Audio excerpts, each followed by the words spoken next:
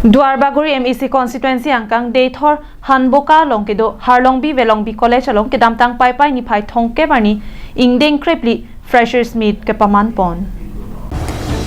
Bangso freshers meet along Harlongbi Velongbi College principal Yunali Ronghangpi kacepatir pi pon along Aluhiaman pen Karbianglong Chenmas Council EM Richard Tokbi kacetong dun along Deithor Town Chairman Jacob Tokbi Deithor High School Principal Nirmal Saikia Kekangadong English High School Principal Admin Langni Rongbongkhat Don Bosco High School Principal Tobias Barwa Pendanglok ke Ongdong Atum Chetong Dun Maya Long EM Richard Tokbi pen kaningje pon ke college along Gate Hingno Pin Anlo Lasi college ageda bang Akinisi Iponpo La pen college kedam ke bang Atowar Apan Power Block Atowar Sidami Iponpo buta Perangke Hingno Ningje pon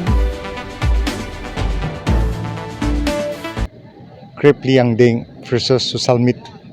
padopon lo apen nili fandak chief guest hisab EM education hisab sinang hang lo po office min nili ge daga governing body a president asidak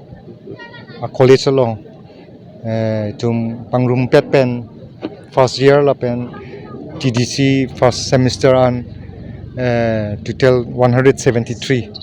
student do la pen tebok tirai student penang an dolo lapel latum afan pini isi freshers meet ahut ahirjume ki hang pidun ki klem pidun ladaka dokobe ke porhi ki mission thekji afan ki wangjiar ni do anang bongsame so putaksi bi college get aki milong po lapen non interlocking hala the gate pen the Harlongbi Velongbi College an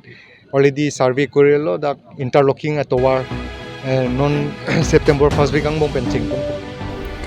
Lapen halapu Harlongbi Velongbi College Principal Yunali Ronghangpi pensitami EM Richard Tokbi lapuson asaya long nang kacitong dun thegapod kachuro pajir pon.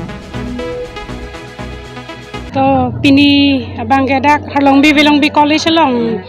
social freshers meet seta bi ponlo chuneng li sitame la COVID-19 na cases bang doko masin tum paman pon thekta datlo sitame pining abang ke